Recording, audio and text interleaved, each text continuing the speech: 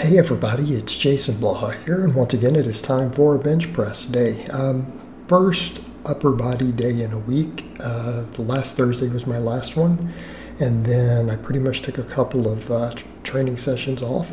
I got a little bit sick, also picked up quite a bit of water weight from the Thanksgiving feasting, and I think between that and then me having a little bit of gastrointestinal distress, still holding some extra water around the waistline.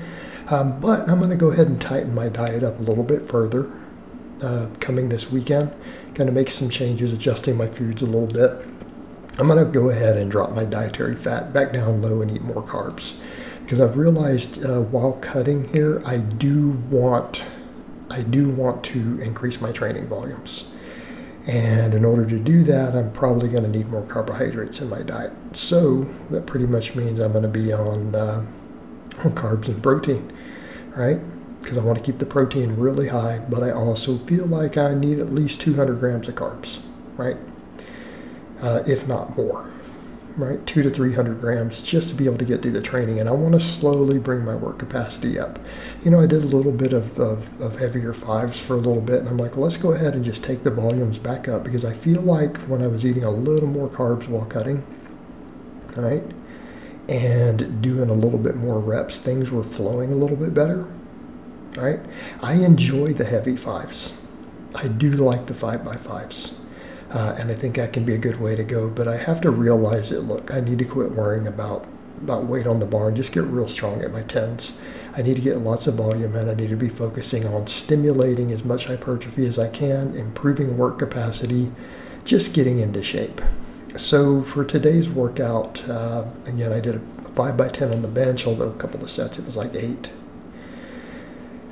With just 225, trying to pause everything.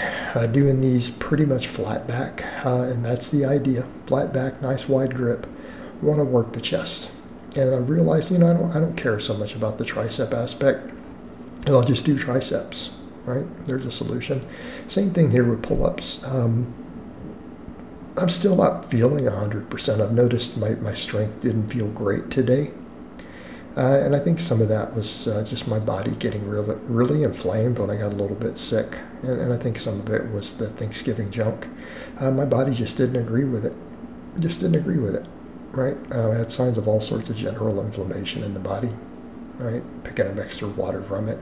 It's like, let's get this diet super clean again, get my sleep back on point, because it disrupted my sleep a little bit also. So let's get in, sort everything back out, and continue to get leaner. And I think as I look at stuff, pecs and arms really need to be a big focus. If I want to have a certain look, I'm going to continue to hammer those really hard. And again, I want to increase my overall volume. I feel like the workout I did where I did the 100 pull-ups and all that stuff, it's like that was a phenomenal workout. Right, that was a phenomenal workout. I really need to be doing those sort of volumes. I have to adapt to it, and I need to be able to deadlift. But I think, again, what I want to do with the deadlifting, do 5 sets of squats and then work my volume up on rep work on deadlifts. And I can go lighter and do a little more reps if I'm worried about anything not feeling right. And kind of really stick with what I've said, you know. Do real volumes. Focus on getting stronger in our volume work on the big 3+ pull-ups, okay? And then fill in the gaps, which means arm work, calf work, all that stuff. And I'm enjoying this type of training. And I was enjoying that recently, you know, and I just wanted to shift just a little bit to see how some 5x5 felt, and really doesn't matter that much at the end of the day. I think people get too caught up in the nuances of thinking that one thing is always going to be better than another, and sometimes it's a matter of, look, how do you feel? But what I have to think about is joints and everything. And ultimately, as I get older, if I want to maximize hypertrophy, that will maximize my strength. I can come in and do some heavy singles if I want to get neural drive up. Well, let's just get jacked. Continue to hammer body composition, and if I want to do 8+ reps on everything, then I'll do 8+ reps on everything. Okay, not a big deal. It's been working well. In fact, when I was doing a lot of it earlier in the cut and things were looking just a little tighter, people definitely noticed. You know, but that's the thing. I've got to really maximize hypertrophy while looking at what's going to be best for fatigue in terms of me feeling good, joints not hurting, all of that stuff. And quite frankly, doing a bunch of 10s and 12s does that effectively for me. Does that effectively for me. And I've realized I can handle fair amounts of volumes. I think people forget that there was a time when I was doing 7 days a week. I would do a training max and then do like 20 sets of accessory work, 4 high reps. I was doing it every day. It took months to overtrain. So I feel like I can absolutely build work capacity on 4 days. If I've got 3 rest days, even doing cutting and other stuff, if I've got 3 rest days from lifting, I can handle a lot of volume. But what I want to do is make that volume quality, right? So again, the benching, I want a bunch of pause benching. I want to take most of my pull-ups to where, I come to a stretch at the bottom, try to come to a dead stop on most of them.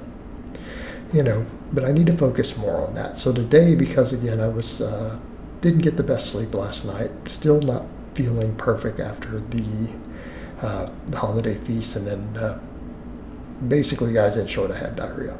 Let's just call it what it is. And that can affect fluid balance and stuff. So I'm getting back into the flow. All right, we're going to get back into the flow. Although my Tuesday lower body workout felt pretty good. But yeah, I want to just build the work capacity up. Get to where I can do a lot of high volume on all these big movements, quality sets. All right, get the quality sets in. I want to continue to push these, and then definitely curls. Curls need to be a staple for me. So I decided today, look, I'm doing all this hanging stuff. I'm doing all this full range of motion stuff now. My shoulders are good. I don't feel like doing pullovers today. And I'm like, I now have good enough shoulder health that I can do nice long range of motion extensions. This gives some of that benefit, right? Start taking these to as long a range of motion as I can. Get it behind the head, put everything into stretch positions. I want to start working some incline work back in. I think we'll be in a good spot. As far as pecs and triceps go, these laying extensions, I think, plus nice wide grip bench, nice wide grip incline, that'll handle everything. The only thing I may look at it and say is I don't know that I need to think about shoulder work, and here's why. If I'm doing that much pulling and pressing, my shoulders are getting tons of work, especially if I start working incline back in. All right, especially if you work incline back in. My only debate's going to be on the pulling. I'm going to do 5 sets of pull-ups. Like, do I want to do chins or do I want to do rows after? All right. And I might do chins purely for the sake of if I'm going to do volume deadlifting. I don't know that I want a lot of weight on my back, or compressing me down. I don't know that I want that. So just stuff for me to think about. But yeah, so we did pretty much 5 by 10, missing a couple reps on the bench, and then the pull-ups, getting back into the ease of that after a week off from it. And then we did extensions and curls. So the extensions with these, I did 12s, right around 12 reps, and I slow stuff down near the end. A lot of times people will say, how do you know what your rep count's going to be? A lot of times your reps don't change much, and it's not that I'm not doing a lot of hard sets. It's that I adjust my tempos mid-set to hit my target reps. And I don't think people think about that. It's like, I know if the benching is getting hard, I start pausing longer. Same thing on things like the extensions.